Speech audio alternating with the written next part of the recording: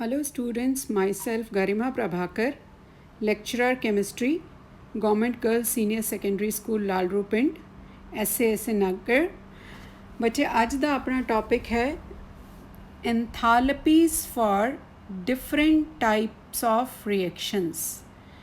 ਤੁਸੀਂ ਬੱਚੇ ਜਿਵੇਂ ਲਾਸਟ ਲੈਕਚਰ 'ਚ ਪੜ੍ਹ ਲਿਆ ਕਿ ਐਂਥੈਲਪੀ ਕੀ ਹੈ, ਕਿਹਦੇ ਨਾਲ ਡਿਨੋਟ ਹੁੰਦੀ ਹੈ, AH ਨਾਲ ਡਿਨੋਟ ਹੁੰਦੀ ਹੈ। ਜੇ ਚੇਂਜ ਇਨ ਐਂਥੈਲਪੀ ਕਰਨਾ ਹੋਵੇ ਤਾਂ ਡੈਲਟਾ H ਨਾਲ ਡਿਨੋਟ ਕਰਦੇ ਹਾਂ ਆਪਾਂ। There are many kind of enthalpies, बहुत सारी किस्मां हैं एंथैल्पी दियाँ। Enthalpy of formation, enthalpy of combustion, enthalpy of atomization, enthalpy of neutralization, enthalpy of hydration, enthalpy of solution. इस तरह बच्चे इस तो भी इलावा आप कई टाइप के हीट चेंजेस ड्यूरिंग लैक्चर भी पढ़ांगे and during the course of chemistry तुसी पढ़ोगे। ठीक है, तो आप अज कुछ मेन टाइप के हीट चेंजेस नू या एंथैल्पी चेंजेस नू डिस्कस करांगे इस lecture. As I have told you earlier, जिवें मैं पहले दसिया कि तुसी लास्ट लैक्चर एंथैल्पी किहदे नाल डिनोट करदे आ, H दे नाल। Heat change at constant pressure, ठीक है, तो उन्होंने किहदे नाल डिनोट करते हैं आप, डेल्टा H दे नाल। ठीक है, तो डेल्टा H दे नाल आप डिनोट करते हैं। हुण डिफरेंट टाइप के एंथैल्पीज आप पढ़ रहे हैं। फर्स्ट है जी एंथैल्पी ऑफ फॉर्मेशन। फॉर्मेशन जिवें ना तो ही क्लियर है, बनाना। The standard enthalpy change for the formation of 1 mole of a compound from its elements in their more stable state. ਆਪਾਂ 1 ਮੋਲ ਕੰਪਾਊਂਡ ਨੂੰ ਬਣਾਉਣਾ ਹੈ। ਕਿਸ ਤੋਂ ਬਣਾਉਣਾ ਬੱਚੇ? ਉਸ ਦੇ ਐਲੀਮੈਂਟਸ ਤੋਂ ਜਿਹੜੇ ਕਿ ਕਿਹਦੇ 'ਚ ਹੋਣੇ ਚਾਹੀਦੇ ਹੈ, ਸਟੈਂਡਰਡ ਸਟੇਟਸ, ਜਾਂ ਜਿਨ੍ਹਾਂ ਨੂੰ ਆਪਾਂ ਕਹਿ ਸਕਦੇ ਹਾਂ ਰੈਫਰੈਂਸ ਸਟੇਟਸ। 1 ਮੋਲ ਕੰਪਾਊਂਡ ਨੂੰ ਤੁਸੀਂ ਬਣਾਉਣਾ ਹੈ, ਉਸ ਦੇ ਐਲੀਮੈਂਟਸ ਤੋਂ, ਤੱਤਾਂ ਤੋਂ ਬਣਾਉਣਾ ਹੈ ਐਟ ਸਟੈਂਡਰਡ ਕੰਡੀਸ਼ਨਸ। ਕੰਡੀਸ਼ਨਸ ਕੀ ਹੋਣੀਆਂ ਚਾਹੀਦੀਆਂ ਬੱਚੇ? Standard 1 atmospheric pressure and 25 degree centigrade temperature होना चाहिए। इस दौरान, इस रिएक्शन के दौरान जिन्ना हीट चेंज होएगा उसनों आपां कहंदे हाँ एंथैल्पी ऑफ फॉर्मेशन। डिनोट हुंदी है बच्चे किहदे नाल? Delta H not F। ठीक है जी। तो हुण मैं एक वर्ड बोलिया मोस्ट स्टेबल स्टेट या स्टैंडर्ड स्टेट्स। वो की हैं? जिमें हाइड्रोजन ली H2 गैस, O2 ली O2 गैस। जे कार्बन है तो कार्बन किवें मिलता नेचर च most stable state? Carbon graphite, sulphur rhombic, bromine liquid, chlorine gas. हुण मैं इस टाइम तुहानूं एग्जाम्पल भी दे रही हाँ बच्चे। जिवें आपां कार्बन डाइऑक्साइड बनानी होवे, आपां 1 मोल कार्बन डाइऑक्साइड बनानी है, किहदे तो बनानी है? एलीमेंट्स तो, जिहड़े कि स्टैंडर्ड स्टेट्स हैं। जिवें कार्बन ते ऑक्सीजन तो बनेगी तुहाडी कार्बन डाइऑक्साइड। कार्बन की स्टैंडर्ड स्टेट की है? ग्रेफाइट। एंड ऑक्सीजन की स्टैंडर्ड स्टेट की है बच्चे? O2 gaseous. तो 1 मोल कार्बन डाइऑक्साइड उसके तत्तां तो, उसके एलीमेंट्स तो बनाने दे वक्त जिन्ना हीट चेंज होएगा वो होएगी तुहाडी एंथैल्पी ऑफ फॉर्मेशन। इस तरह जे आपां वाटर नूं बनाना होए बच्चे, किते तो बनेगा? हाइड्रोजन गैस तो ते ऑक्सीजन गैस तो। Now next is standard enthalpy change of combustion denoted by delta H naught C। What is it? की है बच्चे? जे आपां 1 मोल सबसटांस नूं ऑक्सीजन दी एक्सेस विच जलाइए, बर्न करिए, तां जिन्नी हीट चेंज होएगी, जिन्ना हीट रिलीज़ होएगी इत्थे, क्योंकि एक्सोथर्मिक रिएक्शन होएगी, उसनूं आपां कहंदे आ heat of combustion. Heat of combustion. जिवें मैं मिथेन दे 1 मॉलीक्यूल नूं एक्सेस ऑफ ऑक्सीजन च बर्न किया तो कार्बन डाइऑक्साइड ते वाटर बने बच्चे। तो इस दौरान जिन्नी हीट रिलीज़ हुई वो की है? Heat of combustion. Next is standard enthalpy change of atomization. किहदे नाल नोट कर रहे हैं बच्चे आप? Delta H naught AT। Now what is standard enthalpy of atomization? ਜਿਵੇਂ ਨਾਂ ਤੋਂ ਕਲੀਅਰ ਹੋ ਰਿਹਾ, ਐਟਮਸ ਬਣਾਉਣੇ ਹੈ। ਕਿਹੜੀ ਸਟੇਟ 'ਚ ਬਣਾਉਣੇ ਆ ਬੱਚੇ? ਗੈਸੀਅਸ ਐਟਮਸ ਬਣਾਉਣੇ ਆ। ਜੇ ਆਪਾਂ 1 ਮੋਲ ਗੈਸੀਅਸ ਐਟਮਸ ਬਣਾਉਣੇ ਹੋਣ, ਕਿਸ ਤੋਂ ਬਣਾਉਣੇ ਹੋਣ? ਐਲੀਮੈਂਟਸ ਤੋਂ, ਤਾਂ ਉਸ ਦੌਰਾਨ ਜਿੰਨਾ ਹੀਟ ਚੇਂਜ ਹੁੰਦਾ ਹੈ ਉਸ ਨੂੰ ਆਪਾਂ ਕਹਿੰਦੇ ਹਾਂ standard enthalpy of ਐਟਮਾਈਜੇਸ਼ਨ।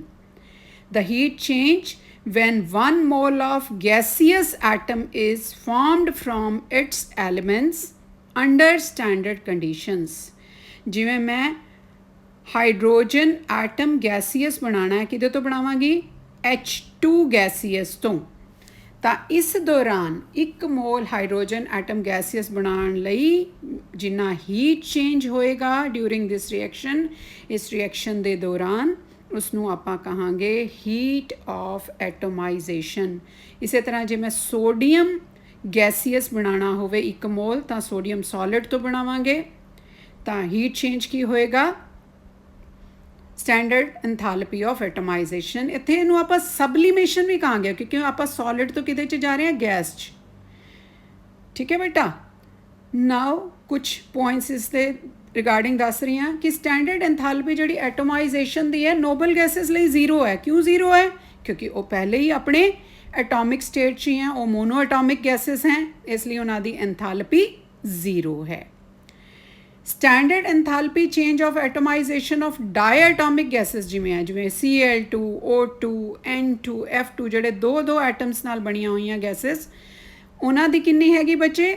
Half of their bond energies. Bond energy ਆਪਾਂ ਇਸ ਲੈਕਚਰ 'ਚ ਡਿਟੇਲ 'ਚ ਫਿਰ ਪੜਾਂਗੇ। O ਤੇ O ਦੇ ਬੌਂਡ ਦੀ ਐਨਰਜੀ, H ਤੇ H ਦੇ ਬੌਂਡ ਦੀ ਐਨਰਜੀ, ਠੀਕ ਹੈ, ਇਸ ਦਾ ਹਾਫ ਹੁੰਦੀ ਹੈ ਹੀਟ ਆਫ ਐਟਮਾਈਜੇਸ਼ਨ। ਤੇ ਇਹ ਹਮੇਸ਼ਾ ਕੀ ਹੁੰਦੀ ਹੈ? ਐਂਡੋਥਰਮਿਕ। ਹਮੇਸ਼ਾ ਹੀਟ ਕੀ ਹੋਏਗੀ? ਐਬਜ਼ੌਰਬ ਹੋਏਗੀ ਇਸ ਪ੍ਰੋਸੈਸ 'ਚ। ਜਿਵੇਂ ਆਪਾਂ ਹੁਣੇ ਬੌਂਡ ਐਨਰਜੀ ਦੀ ਗੱਲ ਕੀਤੀ ਸੀ, ਬੌਂਡ ਐਂਥੈਲਪੀ ਦੀ ਗੱਲ ਕਰ ਰਹੇ ਹਾਂ ਆਪਾਂ ਹੋਈ। ਬੌਂਡ ਐਂਥੈਲਪੀ ਨੂੰ ਆਪਾਂ ਡੈਲਟਾ H ਬੌਂਡ ਦੇ ਨਾਲ ਡਿਨੋਟ ਕਰ ਲੈਂਦੇ ਹਾਂ। ਨਾਓ ਵਾਟ ਇਜ਼ ਇਟ? ਜਦੋਂ ਕੋਈ ਬੌਂਡ ਬਣਦਾ ਹੈ, 1 ਮੋਲ ਬੌਂਡ ਬਣਦਾ ਹੈ from isolated atoms in gaseous state. Atoms ਕੀ ਹੋਣੇ ਚਾਹੀਦੇ ਹੈ? ਗੈਸੀਅਸ ਸਟੇਟ 'ਚ ਆਈਸੋਲੇਟਿਡ ਹੋਣੇ ਚਾਹੀਦੇ ਹੈ। ਤਾਂ ਜਿੰਨੀ ਐਨਰਜੀ ਨਿਕਲੇਗੀ ਬੌਂਡ ਬਣਨ ਦੇ ਵਕਤ ਜਾਂ ਉਸੇ ਬੌਂਡ ਨੂੰ ਤੋੜਨ ਦੇ ਵਕਤ, ਠੀਕ ਹੈ, ਬੌਂਡ ਨੂੰ ਤੋੜਾਂਗੇ ਕਿਹਦੇ 'ਚ? ਗੈਸੀਅਸ ਐਟਮਸ 'ਚ, ਆਈਸੋਲੇਟਿਡ ਗੈਸੀਅਸ ਐਟਮਸ 'ਚ। ਤਾਂ ਜਿਹੜਾ ਵੀ ਹੀਟ ਚੇਂਜ ਹੋਏਗਾ ਉਹ ਹੋਏਗਾ ਤੁਹਾਡਾ ਬੱਚੇ ਬੌਂਡ ਐਂਥੈਲਪੀ। ਬੌਂਡ ਬਣੇਗਾ ਤਾਂ ਐਨਰਜੀ ਰਿਲੀਜ਼ ਹੋਏਗੀ, ਬੌਂਡ ਨੂੰ ਤੋੜਨਾ ਹੈ ਤਾਂ ਐਨਰਜੀ ਐਬਜ਼ੌਰਬ ਹੋਏਗੀ। 1 ਮੋਲ ਬੌਂਡ ਨੂੰ ਗੈਸੀਅਸ ਐਟਮਸ 'ਚ, ਆਈਸੋਲੇਟਿਡ ਗੈਸੀਅਸ ਐਟਮਸ 'ਚ ਤੋੜਨਾ ਹੈ ਜਾਂ 1 ਮੋਲ ਕੰਪਾਊਂਡ ਨੂੰ ਬਣਾਉਣਾ ਹੈ, ਬੌਂਡ ਨੂੰ ਬਣਾਉਣਾ ਹੈ, ਕਿਹਦੇ ਤੋਂ ਬਣਾਉਣਾ ਹੈ? ਆਈਸੋਲੇਟਿਡ ਗੈਸੀਅਸ ਐਟਮਸ ਤੋਂ ਬਣਾਉਣਾ ਹੈ, ਤਾਂ ਉਸ ਦੌਰਾਨ ਜਿੰਨੀ ਹੀਟ ਚੇਂਜ ਹੋਏਗੀ ਬੇਟਾ ਉਹ ਹੋਏਗੀ ਤੁਹਾਡੀ ਬੌਂਡ ਐਂਥੈਲਪੀ। ਬੌਂਡ ਡਿਸੋਸੀਏਸ਼ਨ ਐਨਰਜੀ ਵੀ ਇਹਨੂੰ ਆਪਾਂ ਕਹਿ ਦਿੰਦੇ ਹਾਂ। ਜਨਰਲੀ ਇਹ ਵਰਡ ਆਪਾਂ ਬੋਲਦੇ ਹਾਂ ਜਦੋਂ ਮੋਲੀਕਿਊਲਸ ਕਿਆ ਹੁੰਦੇ ਆ? ਡਾਇਆਟੋਮਿਕ। ਡਾਇਆਟੋਮਿਕ ਮਤਲਬ 2 ਆਟਮਾਂ ਦੇ ਬਣੇ ਹੁੰਦੇ ਆ।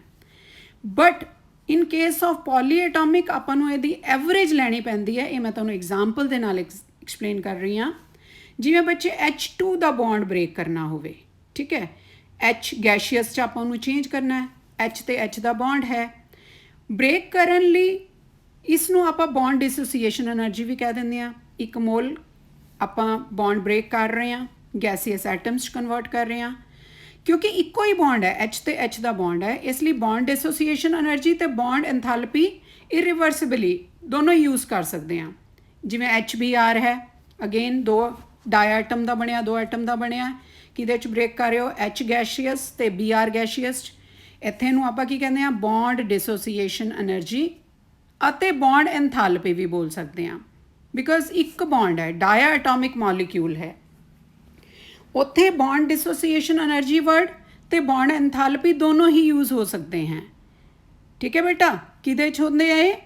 ਡਾਇਆ ਐਟੋਮਿਕ ਮੋਲੀਕਿਊਲ, 2 ਐਟਮਾਂ ਤੋਂ ਜਿਹੜੇ ਮੋਲੀਕਿਊਲ ਬਣੇ ਆ, ਜਿਵੇਂ H2, O2, N2, HBr।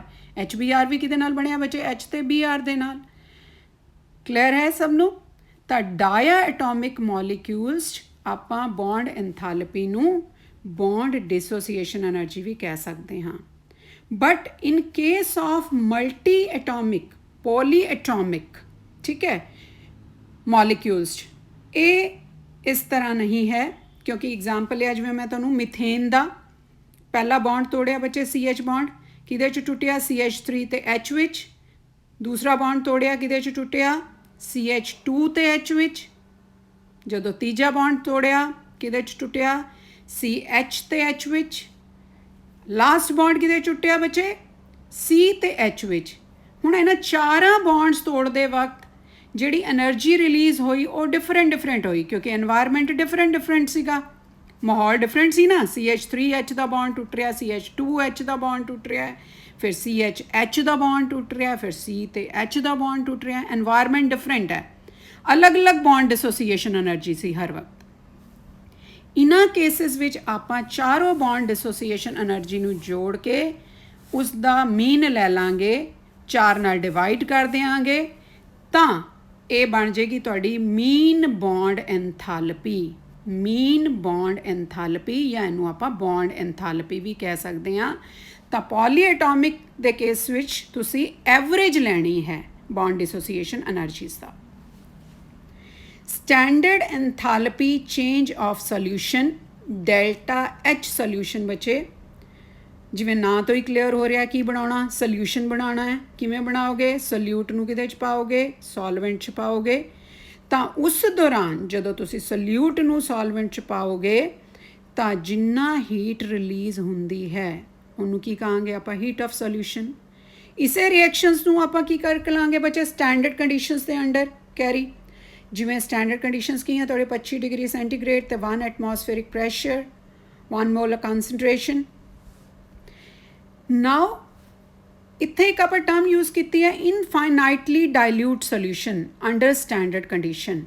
ਇਨਫਾਈਨਾਈਟਲੀ dilute solution means ਬਹੁਤ ਸਾਰਾ ਸੋਲਵੈਂਟ ਹੋਵੇ ਤੇ ਤਾਂ ਕਿ ਫਰਦਰ ਡਾਇਲੂਸ਼ਨ 'ਤੇ ਕੋਈ ਹੀਟ ਚੇਂਜ ਨਾ ਹੋਵੇ। ਜਿਵੇਂ ਮੈਂ ਐਗਜ਼ਾਮਪਲ ਵੀ ਦੇ ਰਹੀ ਹਾਂ ਦੋਨੋਂ ਤੁਹਾਨੂੰ, ਐਗਜ਼ੋਥਰਮਿਕ ਦਾ ਵੀ ਤੇ ਐਂਡੋਥਰਮਿਕ ਦਾ ਵੀ। ਜਿਵੇਂ ਆਪਾਂ NaCl ਨੂੰ ਪਾਣੀ 'ਚ ਪਾਈਏ ਤਾਂ NaCl ਐਕੁਅਸ ਹੋ ਜਾਂਦਾ, ਘੁਲ ਜਾਂਦਾ ਪਾਣੀ 'ਚ, ਤੇ ਹੀਟ ਕੀ ਹੁੰਦੀ ਹੈ? ਐਬਜ਼ੌਰਬ ਹੁੰਦੀ ਹੈ। ਰਿਐਕਸ਼ਨ ਐਂਡੋਥਰਮਿਕ ਹੈ। ਤੁਹਾਡੀ ਟੈਸਟ ਟਿਊਬ ਠੰਡੀ ਹੋ ਜਾਂਦੀ ਹੈ, ਪਕੜ ਕੇ ਦੇਖੋ, ਨਮਕ ਪਾ ਕੇ ਕਦੇ ਤੁਸੀਂ ਦੇਖਣਾ।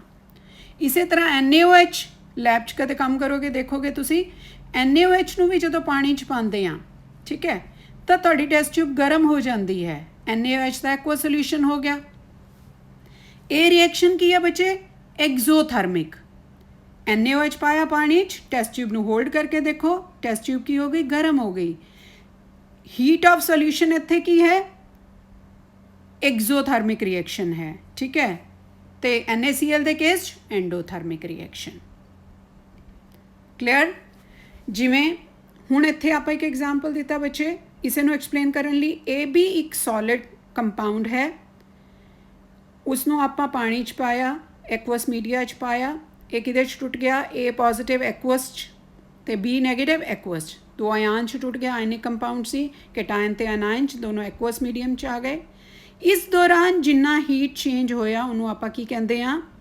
Delta H solution. Delta H0 solution standard conditions 'ਤੇ ਕੀਤਾ ਤਾਂ H0 ਸੋਲਿਊਸ਼ਨ। ਤਾਂ ਜਿੰਨਾ ਹੀਟ ਚੇਂਜ ਹੋਇਆ, 1 ਮੋਲ ਤੁਸੀਂ ਸੋਲਿਡ ਪਾਇਆ ਕਿਹਦੇ 'ਚ? ਪਾਣੀ 'ਚ, ਤੇ ਹੀਟ ਚੇਂਜ ਨੋਟ ਕੀਤਾ, ਉਹ ਕੀ ਹੈ? Heat of solution. ਪਰ ਇਹ ਕਿੰਨਾ ਦੋ ਹੀਟਸ ਦੀ ਸਮੇਸ਼ਨ ਹੈ? ਦੇਖੋ ਨੀਚੇ ਮੈਂ ਕਰਕੇ ਦਿਖਾਇਆ ਹੋਇਆ ਹੈ, delta H lattice. Now what is lattice? Lattice energy ਹੈ ਬੱਚੇ, enthalpy, lattice enthalpy of an ionic compound is the enthalpy change which occurs when 1 mole of an ionic compound dissociate into its ions in gaseous state। ठीक है, पिछले diagram 'ਚ ਆਪਾਂ clear ਕੀਤਾ ਸੀਗਾ ਕਿ ਪਹਿਲੇ ਜਿਹੜਾ ਤੁਹਾਡਾ ਸੋਲਿਡ ਆਇਨਿਕ ਕੰਪਾਊਂਡ ਹੈ ਉਹ ਕਿਹਦੇ ਵਿੱਚ ਬ੍ਰੇਕ ਡਾਊਨ ਕਰੇਗਾ? ਗੈਸੀਅਸ ਐਟਮਸ 'ਚ, ਗੈਸੀਅਸ, ठीक है, gaseous ions dissociate into ions which are gaseous। ठीक है, तो इस दौरान जिन्नी एनर्जी एब्जॉर्ब होएगी वो की होगी ਤੁਹਾਡੀ ਲੈਟਿਸ एनर्जी ਨੂੰ U ਨਾਲ ਡਿਨੋਟ ਕਰਦੇ ਹਾਂ। ਸੋਲਿਡ ਸਬਸਟੈਂਸ ਸੀ ਤੁਹਾਡਾ AB, ਤੁਸੀਂ ਠੀਕ ਹੈ ਉਹਨੂੰ ਗੈਸੀਅਸ ਆਇਆਨਸ 'ਚ ਕਨਵਰਟ ਕੀਤਾ। ਠੀਕ ਹੈ, ਇਸ ਦੌਰਾਨ ਜਿੰਨਾ ਹੀਟ ਚੇਂਜ ਹੋਇਆ ਲੈਟਿਸ એનર્ਜੀ।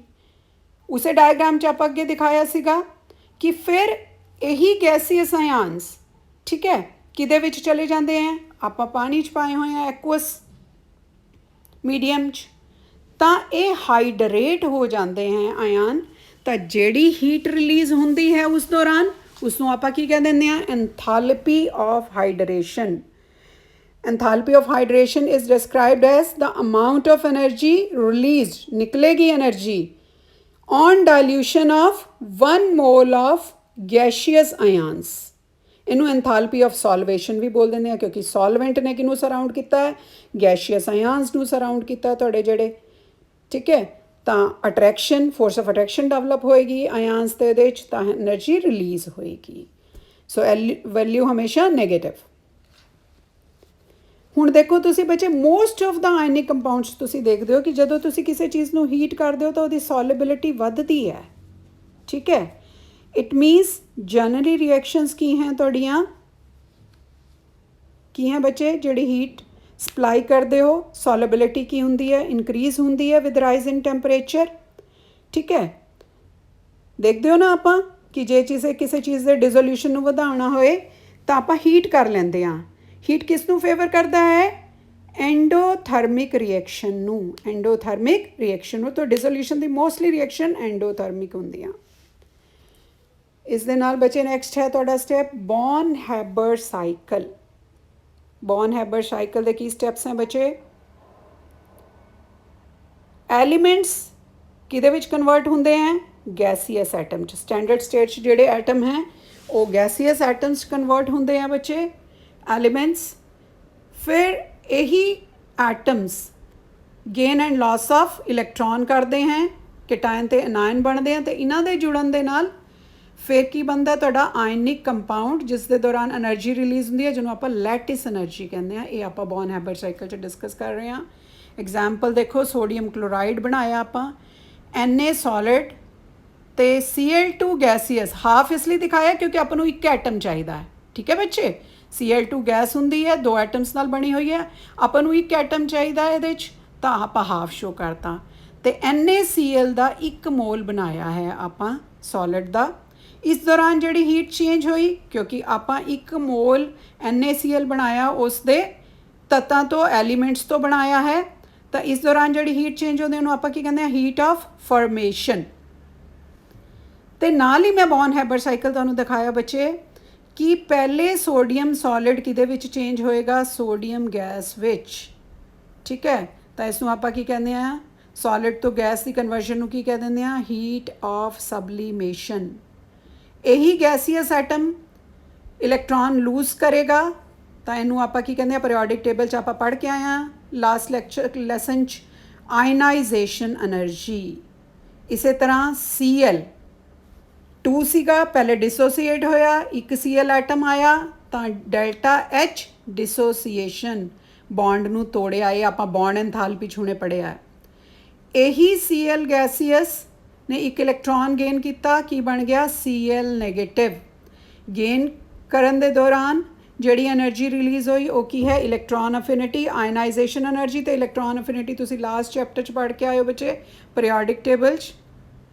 हुण ये दोनों Na पॉजिटिव तो Cl नैगेटिव कंबाइन करेंगे तो एनर्जी जिहड़ी रिलीज़ होएगी इन्हां दे कॉम्बीनेशन च, लैटिस एनर्जी। क्लीयर है बेटा।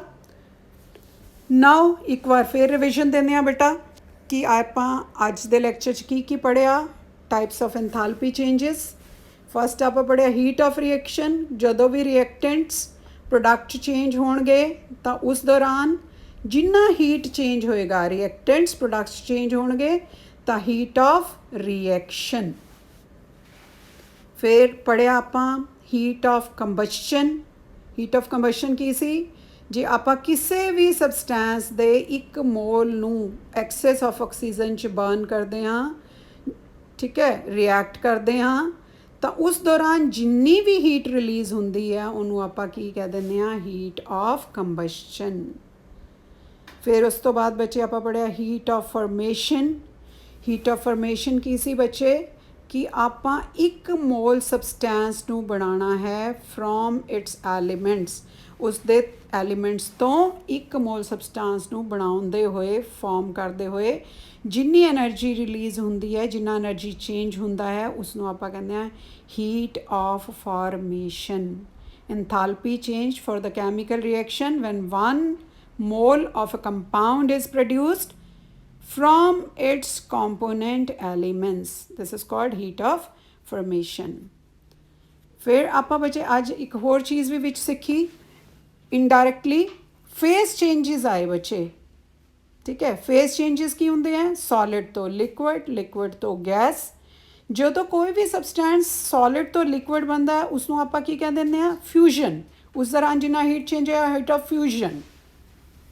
ਇਸੇ ਤਰ੍ਹਾਂ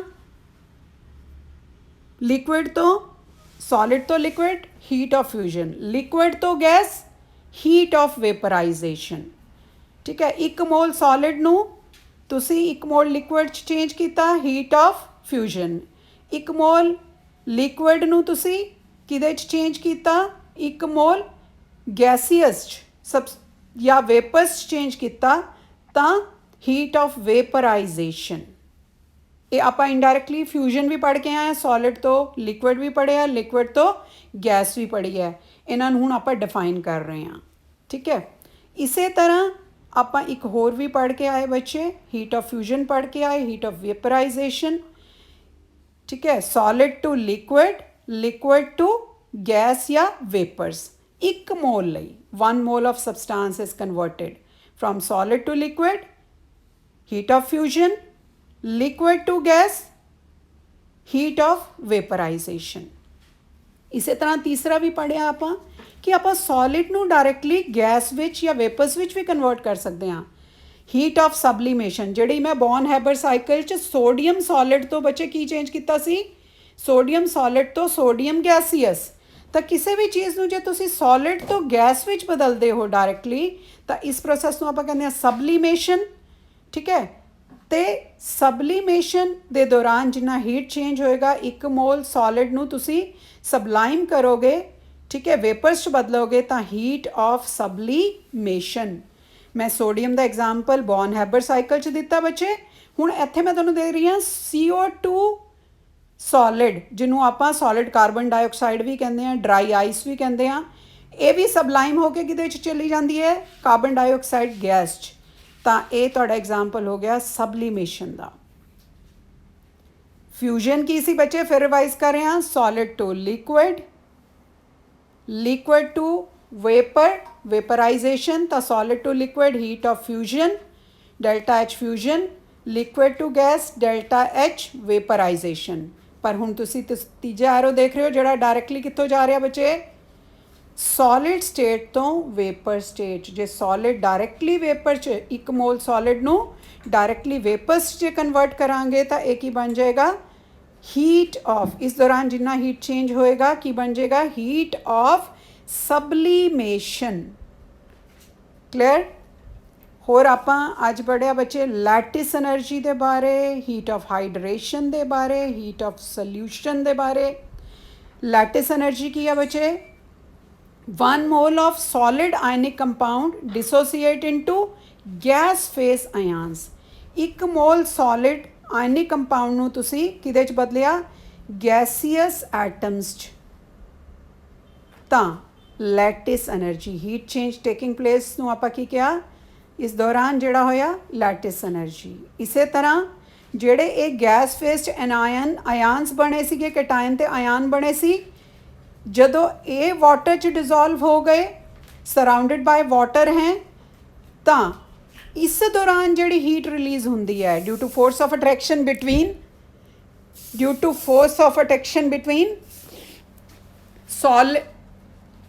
ਆਇਨਸ ਤੇ ਵਾਟਰ ਮੋਲੀਕਿਊਲਸ, ਉਸ ਨੂੰ ਆਪਾਂ ਕਹਿੰਦੇ ਹਾਂ ਹੀਟ ਆਫ ਹਾਈਡਰੇਸ਼ਨ। ਤੀਸਰਾ ਕੀ ਸੀ, heat of solution. Heat of solution ਕੀ ਸੀ ਬੱਚੇ, ਤੁਹਾਨੂੰ ਯਾਦ ਹੋਏਗਾ, ਲਾਸਟ ਡਾਇਗਰਾਮ ਇੱਕ ਵਾਰ ਚੈੱਕ ਕਰਨਾ।